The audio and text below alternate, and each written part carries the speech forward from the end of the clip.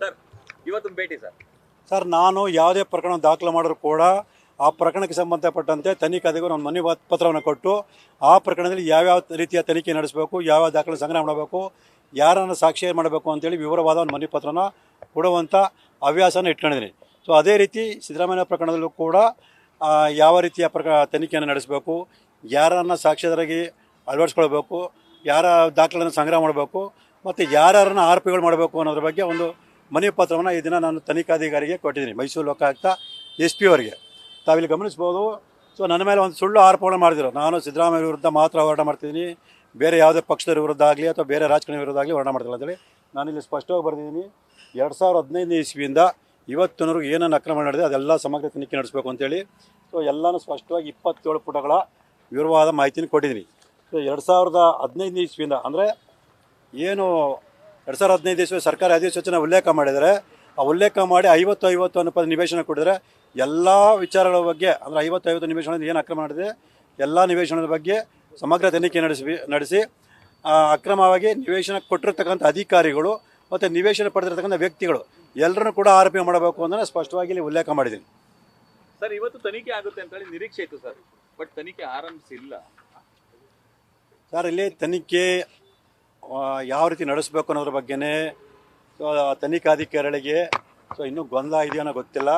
So ಮತ್ತು ಆರೋಪಿ ಈ ರಾಜ್ಯದ ಮುಖ್ಯಮಂತ್ರಿ ಆಗಿರೋದ್ರಿಂದ ಅವ್ರನ್ನ ವಿಚಾರಣೆಗೊಳಪಡಿಸೋದಕ್ಕೆ ಅವರು ಹಿರಿಯ ಅಧಿಕಾರಿನ ಮಾಡಿಸ್ಬೇಕಾ ಅಥವಾ ತಾವೇ ನೇರ ಮಾಡಬೇಕಾ, ಈ ಥರ ಕೆಲವೊಂದು ಗೊಂದಲಗಳು ಇರೋದ್ರಿಂದ ಬಹುಶಃ ಅವರು ಇನ್ನೂ ಆ ನಿಟ್ಟಿನಲ್ಲಿ ಇದ್ದಾರೆ. ಮತ್ತು ಏನು ದಾಖಲೆಗಳ ಸಂಗ್ರಹ ಮಾಡಬೇಕಲ್ಲ, ಆ ದಾಖಲಾತಿ ಸಂಗ್ರಹ ಮಾಡೋದ ನಂತರ ಆರೋಪಿಗಳನ್ನ ಕರೆದು ವಿಚಾರಣೆ ಮಾಡ್ತಾರೆ. ಹಾಗಾಗಿ ದಾಖಲಾತಿ ಸಂಗ್ರಹ ಮಾಡೋ ನಿಟ್ಟಿನಲ್ಲಿ ಕಾರ್ಯಪ್ರವೃತ್ತರಾಗಿದ್ದಾರೆ ಅನ್ನೋ ವಿಶ್ವಾಸ ನನಗಿದೆ. ನೋಡೋಣ ಮುಂದಿನ ದಿನಗಳಲ್ಲಿ ಏನು ಮಾಡ್ತಾರೆ ಅಂತೇಳಿ. ಹಾಗಾಗಿ ಈ ತನಿಖಾ ವಿಚಾರ ಏನಂತಂದರೆ ಈ ಪ್ರಕರಣದ ಬಗ್ಗೆ ತನಿಖಾಧಿಕಾರಿಗೆ ಸ್ಪಷ್ಟ ಮಾಹಿತಿ ಇರಲ್ಲ ಮತ್ತು ಅದು ಪಡ್ಕೊಳ್ಳೋಕೆ ಅವ್ರಿಗೆ ಸಾಧ್ಯನೇ ಇಲ್ಲ. ಆ ಕಾರಣದಿಂದಲೇ ಎಲ್ಲ ಸ್ಪಷ್ಟ ಮಾಹಿತಿ ಒಳಗೊಂಡಂಥ ನಾನು ಮನವಿ ಪತ್ರನ ಕೊಟ್ಟಿದ್ದೀನಿ. ಈ ಮನವಿ ಪತ್ರನ ಇಟ್ಕೊಂಡು ತನಿಖಾಧಿಕಾರಿ ತನಿಖೆ ಮಾಡಿದ್ರೆ ನಾನು ಏನು ಆರೋಪ ಮಾಡಿದ್ದೀನಿ ಆ ಆರೋಪಗಳು ಸ್ಪಷ್ಟವಾಗಿ ಸಾಬೀತಾಗುತ್ತೆ. ಮತ್ತು 2015 ಇಸ್ವಿಯಿಂದ ಇವತ್ತಿನವರೆಗೂ ಯಾರ್ಯಾರು 50 ಅನ್ನೋ ನಿವೇಶನ ಪಡ್ಕೊಂಡಿದ್ದಾರೆ ಮತ್ತು ಕೊಟ್ಟಿದ್ದಾರೆ ಎಲ್ಲರೂ ಕೂಡ ಆರೋಪಿಗಳ ಹತ್ರ ಆಗ್ತಾರೆ. ನ್ಯಾಯಾಲಯದಲ್ಲಿ ತೀರ್ಪಿರುವಂಥದ್ದು ಸಿದ್ದರಾಮಯ್ಯ ಅವರ ಈ ಪ್ರಕರಣದ ವರದಿಯನ್ನು 3 ತಿಂಗಳು ಕೊಡಿ ಅಂತೇಳಿ. ನಾವು ಸಮಗ್ರ ವರದಿ ಅಂತ ಹೇಳಿದ್ರೆ ಟೈಮ್ ಬಾಂಡು ಮತ್ತು ನ್ಯಾಯಾಲಯದ ಆದೇಶದ ಉಲ್ಲಂಘನೆ ಆಗಲ್ಲ ಸರ್. ಸಾಮಾನ್ಯವಾಗಿ 90 ದಿನಗಳಲ್ಲಿ ವರದಿ ಕೊಡಬೇಕು ಅಂತೇಳಿ ಎಲ್ಲ ನ್ಯಾಯಾಲಯ ಆದೇಶ ಮಾಡುತ್ತೆ. ಹಾಗಂತ 90 ದಿವಸಗಳಲ್ಲಿ ಕೊಡಲೇಬೇಕು ಅಂತ ಏನಿಲ್ಲ.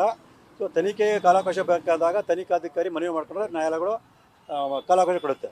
ಸೊ ನಾನು ನನ್ನ ಅರ್ಜಿಯಲ್ಲಿ ಸ್ಪಷ್ಟವಾಗಿ 1995 ಇಸ್ವಿಯಿಂದ ನನ್ನ ಒಂದು ಮಾಹಿತಿ ಪ್ರಕಾರ 95 ಇಸ್ವಿಯಿಂದ ಅಕ್ರಮ ನಡೆದಿದೆ ಅನ್ನೋ ಕಾರಣಕ್ಕೆ 1995 ಇಸ್ವಿಯಿಂದ ನಡೆದಿರ್ತಕ್ಕಂಥ ಅಕ್ರಮಗಳ ಬಗ್ಗೆ ಸಮಗ್ರ ತನಿಖೆ ನಡೆಸಬೇಕು ಅಂತ ನಾನು ಖಾಸಗಿ ದೂರಜಿಯಲ್ಲಿ ಮನವಿಯನ್ನು ಮಾಡ್ಕೊಂಡಿದ್ದೆ. ಅದರ ದಾಖಲಾತಿಗಳ ಆಧಾರದ ಮೇಲೆ 50 ಅನ್ನೋ ಪದದ ನಿವೇಶನ ಅಕ್ರಮ ನಡೆದಿರೋದು 2015 ಇಸ್ವಿಯಿಂದ. ಹಾಗಾಗಿ 2015 ಇಸ್ವಿಯಿಂದ ಇವತ್ತಿನವರೆಗೂ ಏನನ್ನು ಅಕ್ರಮ ನಡೆದಿದೆ ಅದೆಲ್ಲರೂ ಸಮಗ್ರ ತನಿಖೆ ನಡೆಸಬೇಕು ಅಂತ. ಮತ್ತು ನಾನು ಕೊಟ್ಟರೆ ಈ ಮಾಹಿತಿಯನ್ನು ಇಟ್ಕೊಂಡು ತನಿಖೆ ಮಾಡಿದ್ರೆ 90 ದಿವಸದೊಳಗೆ ಸಮಗ್ರವಾಗಿ ಎಲ್ಲ ತನಿಖೆಯನ್ನು ಮುಗಿಸಿ ಅಂತಿಮ ವರದಿ ಸಲ್ಲಿಸೋದಕ್ಕೆ ಸಾಕಷ್ಟು ಕಾಲಾವಕಾಶ ಸಾಕು ಅಂತ ನಾನು ಅನಿಸುತ್ತೆ. 2015 ಕೇಳ್ತಾ ಇದ್ದೀರಾ, ನ್ಯಾಯಾಲಯದ ಆದೇಶದಲ್ಲಿ ಉಲ್ಲೇಖ ಇದೆಯಾ ಅಂತ?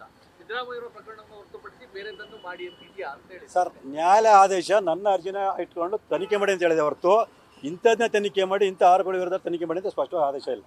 ಸೊ ನಾನೇನು ಖಾಸಗಿ ದೂರರ್ಜಿ ಸಲ್ಲಿಸಿದ್ದೀನಿ ಆ ದೂರರ್ಜಿ ಸಂಬಂಧ ತನಿಖೆ ಮಾಡಿ ಅಂತೇಳಿ ನ್ಯಾಯಾಲಯ ಆದೇಶ ಮಾಡಿರ್ತಕ್ಕಂಥದ್ದು.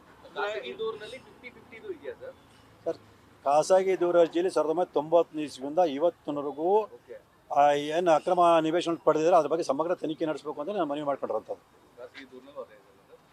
ನನ್ನ ಖಾಸಗಿ ದೂರರ್ಜಿಯ 52ನೇ ಖಂಡಿಕೆಯಲ್ಲಿ ಸ್ಪಷ್ಟವಾಗಿ ಅದನ್ನು ಉಲ್ಲೇಖವನ್ನು ಮಾಡಿದ್ದೀವಿ.